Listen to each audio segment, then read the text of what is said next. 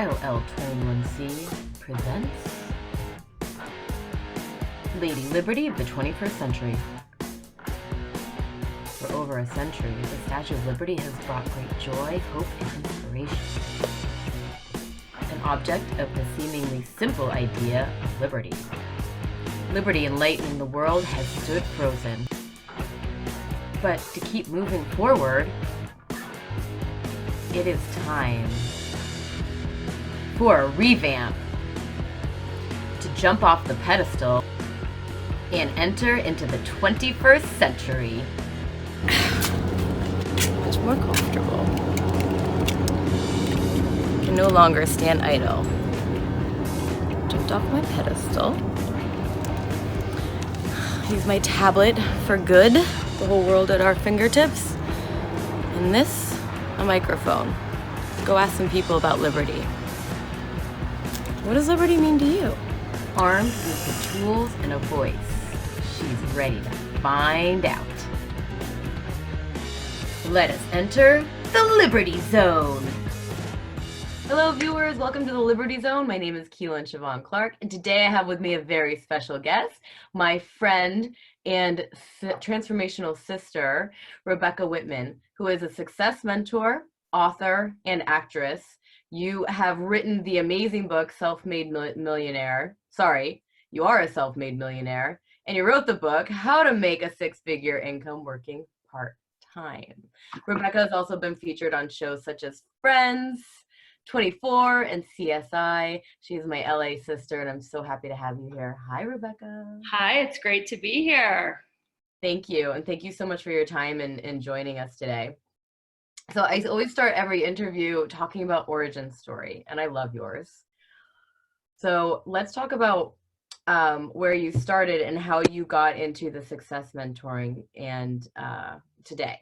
So we talk about Princeton and go from there. Yeah, so I felt like I was following society's rules. I went to school, I got good grades, I got into an Ivy League school, and I graduated from that school. And even though I had an Ivy League degree, I couldn't get a job. So I ended up answering an ad for a network marketing company. And they told me if I sold water filtration, nutrition products, and weight loss products for 5 years, I could retire multimillionaire. So I said, sure, why not? Sign me up. So I went on this merry chase, and unfortunately I did not become a self-made millionaire through network marketing, but I did get to study with a lot of self-made millionaires, and the principles they taught me I use every day because I'm currently in sales, and I've been in sales for over 20 years, and they're just classic sales principles that work. While I was pursuing a career in sales, I also hit a bottom with alcohol. And once I did that, I went on a spiritual journey to kind of heal myself. So at the same time as I'm studying sales and business, I'm also working on my spiritual path. So what's unique about my teachings is I combine the spirituality with the financial principles and kind of merge the two worlds. Yeah, swirl them together, which they should be, because nothing's really disconnected. Everything's connected. So I love that. Exactly. Yeah. So let's talk a little bit about the sales principles, because for me personally, for a long time, it was a complete mystery. Even though I was raised by two salespeople, I really, not only did I not understand sales, but I really found it icky and scary and not my thing. Yeah, a lot of people have a story about themselves. So like, oh, I'm just not good at sales. I don't have like the killer instinct. I'm not the closer. Or I'm not like a slick salesperson that could sell you a used car. Sales is something we do in every conversation all day long. Sales is just convincing someone that your point of view is right. Mm-hmm. And it's just being passionate about what you're saying. So in every conversation, you're either being sold to or selling. And it's just about being confident in a product so you know that you're not going to be sold to. And the other thing that sales is just sharing our personal experience with something. So if you went to a great movie or a great restaurant, or before we hit record, we were talking about my great birthday cake. You Yeah. wouldn't feel like you were being salesy if you referred someone to the bakery, Rising Hearts Bakery in Culver City, where I got that cake, because you actually experienced that cake as amazing. Hmm. So, a really important aspect of sales that a lot of people overlook is just being what I call a product of the product, and then you can recommend it from authenticity. Yeah, I think that's a really important part because that cake was amazing. The I know. frosting was so good, and it was a vegan cake and it was moist, and there's a whole story that goes around it. Like we went and fed uh homeless guests at the Midnight Mission in Skid Row, and then, we're able to journey and celebrate together your birthday. So you're right, that cake is going to stick with me. So when I'm talking to people in LA about where they should get a cake, I'm going to think of that right away. And you won't feel like weird, like, oh, I have to sell my friends a cake. I feel so guilty. It's like, no, there's no shame or guilt about it. You know, it's a great cake. So I think for your viewers who want to gain more confidence in sales, if they can find a product, good, service, idea, concept that they are genuinely passionate about because they've had a positive experience with it, it's just going to be so much easier. And then if somebody says no, like if they said, no, I don't want to try that cake, you'll be like, well, that's your loss. This is like an amazing cake. You won't take it so personally. Yeah, unattached to the outcome. Yes. When I first started in sales, when people said no, I took it so personally and I thought they were rejecting me. And they're not. I mean, especially in acting. You also mentioned that I've done some acting in LA. That's really challenging when you go on auditions and you don't get it. And it's like, how can you not take that personally? But you just learn that, it's all you can do is the best. And Mhm. then the results are just up to the universe, up to God. I like to say I'm in the action business and God is in the results business. Yeah, that's good. And I like to remind people, especially when I'm speaking with artists and actors, we're in sales. Like we're selling either our art or our writing or ourselves, right? The audition is really, and we get to be unattached to the outcome, right? Exactly. But we also get to be intentional about the outcome and how we visualize it. So let's jump over to the spiritual aspect that you talk about in your book and in your coaching services. Well, it's really important to have an intention when you go into an audition, a meeting, a phone conversation, a sales call. You have to know what you want in order to get it. So, a dream without a plan is nothing. A dream with a plan is a goal. So Hmm. I believe in having big dreams, like being an artist or, making six figures in sales or whatever it is, owning your dream home, but you have to have a plan in order to achieve it. So it's Right. really important to set intentions and also have a plan. And then you could say spiritually, man makes plans and God laughs, but you know, a lot of times you do get to hit your goals when you have a plan. Yeah. Yeah. And in your book, you say that you can really make six figures working part-time. I've done it for the last 13 years. It's funny. People are like, oh, I know how you make six figures part time. You write a book. It's like, yeah. I mean, I wish I could say I've made that much on the book. It's more of a labor of love.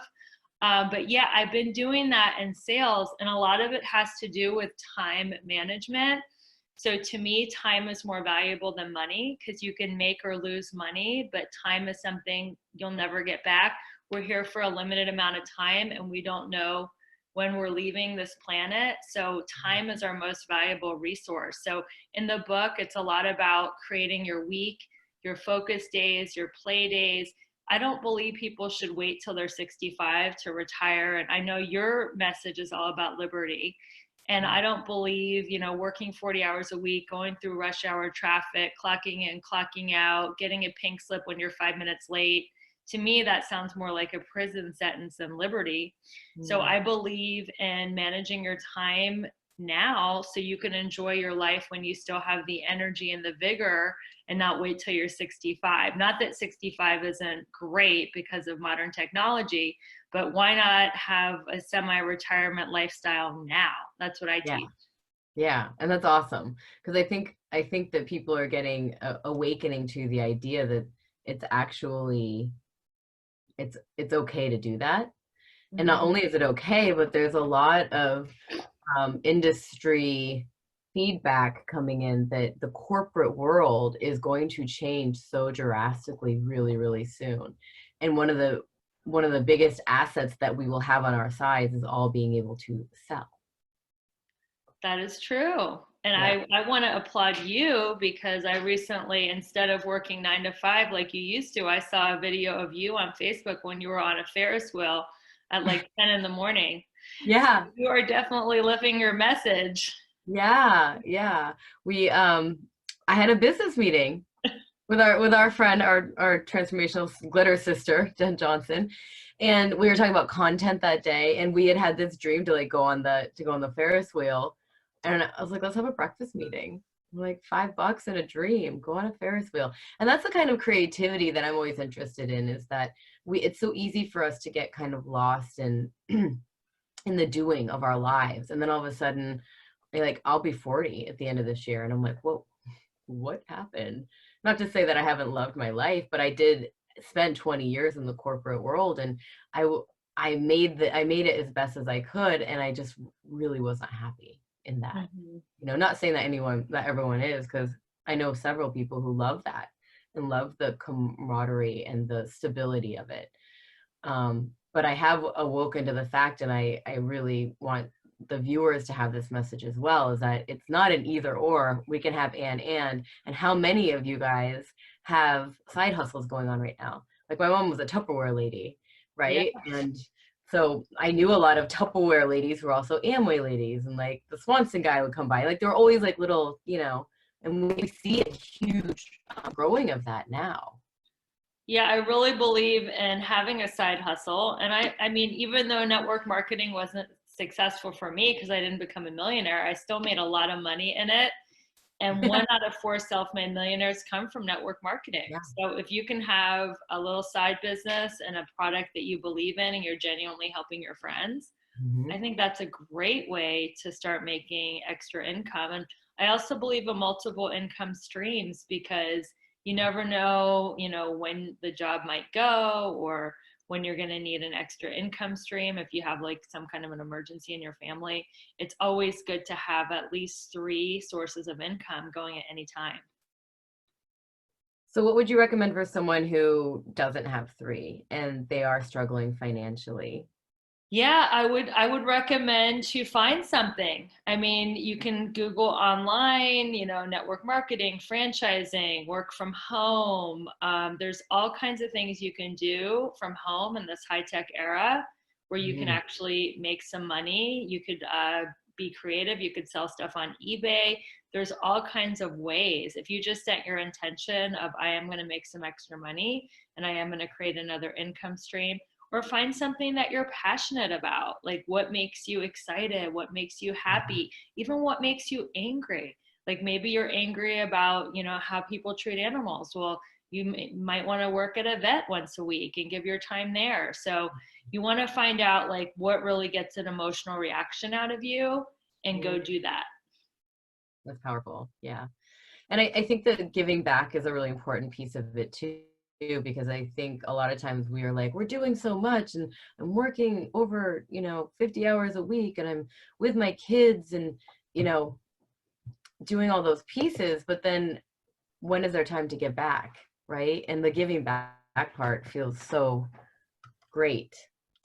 Yeah, I mean, even if you can just give back once a month, like we talked about going down to Skid Row once a month and just doing like a meal serving for 3 hours. And I think it also giving back puts your problems in perspective because we get so in our head and so stressed out. Stress is the number one killer of everything, of relationships, of your health, of joy. So I think seeing people in a much worse situation than us that they would kill for our problems. I think that also is really valuable. When you give back, you really get to put your problems in perspective. And it's like people would literally kill for our problems. Yeah. Yeah. It it it's true. It puts it in perspective. So Um, yeah. So side hustle, just to recap really quick. Have a side hustle. Um, find something that emotionally triggers us in a really positive way. Or not. Oh, all right. You could turn it around. Like if you're angry about politics and how women are treated, for example, go make a difference in that area. Like one of our mutual friends, Amy Jo, is organizing part of the Women's March that's happening soon. And it's like, it doesn't necessarily have to excite you, but if it triggers you in a strong way, good or bad, you will have the fuel. If you're working 50 hours a Passion. week and taking care of kids, there's got to be some kind of passion or excitement or visceral reaction to get you to make time in your schedule for that. Yeah. Yeah, I love that. The tapping into the passion of it. And really, what we're talking about again is these are all avenues to liberty. Yes. They're all avenues to liberation, to freeing our spirit, which is beautiful. So I would love for you to talk about what you're up to in LA before we wrap up this afternoon. Wow, this went so fast. I could talk to you all afternoon. Crazy. So I'm doing monthly workshops where I take 7 areas of life. I love how you call them the 7 pillars. There's 7 areas: your spiritual life, your physical fitness, your emotional life, your romantic life, your mental life, your social life, and your financial life. So I do 2-hour free seminars where we take these 7 areas and we set goals and intentions to get all 7 areas at a level 10. And we also give you tips and tools. So I'm doing a whole series this year. The first one is just a general overview of all 7 areas. And then every month, I'm going to bring in an expert in one of the areas. And together, we're going to teach the 2 hours so we can do a deep dive into, for example, physical fitness. I'll bring in a celebrity trainer and we'll go a deep dive into nutrition and fitness hacks. So it's going to be a great series this whole year in LA where every month is a different expert.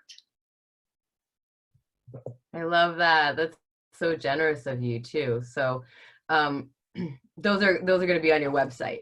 Excuse me. Yes, the best way is I have a Facebook group called New Year, New You. I also have a website, newyearnewYouSummit.com. And of course, you can keep in touch with me on Facebook. I'm Rebecca Whitman. On Instagram and Twitter, I'm Rebecca E. Whitman.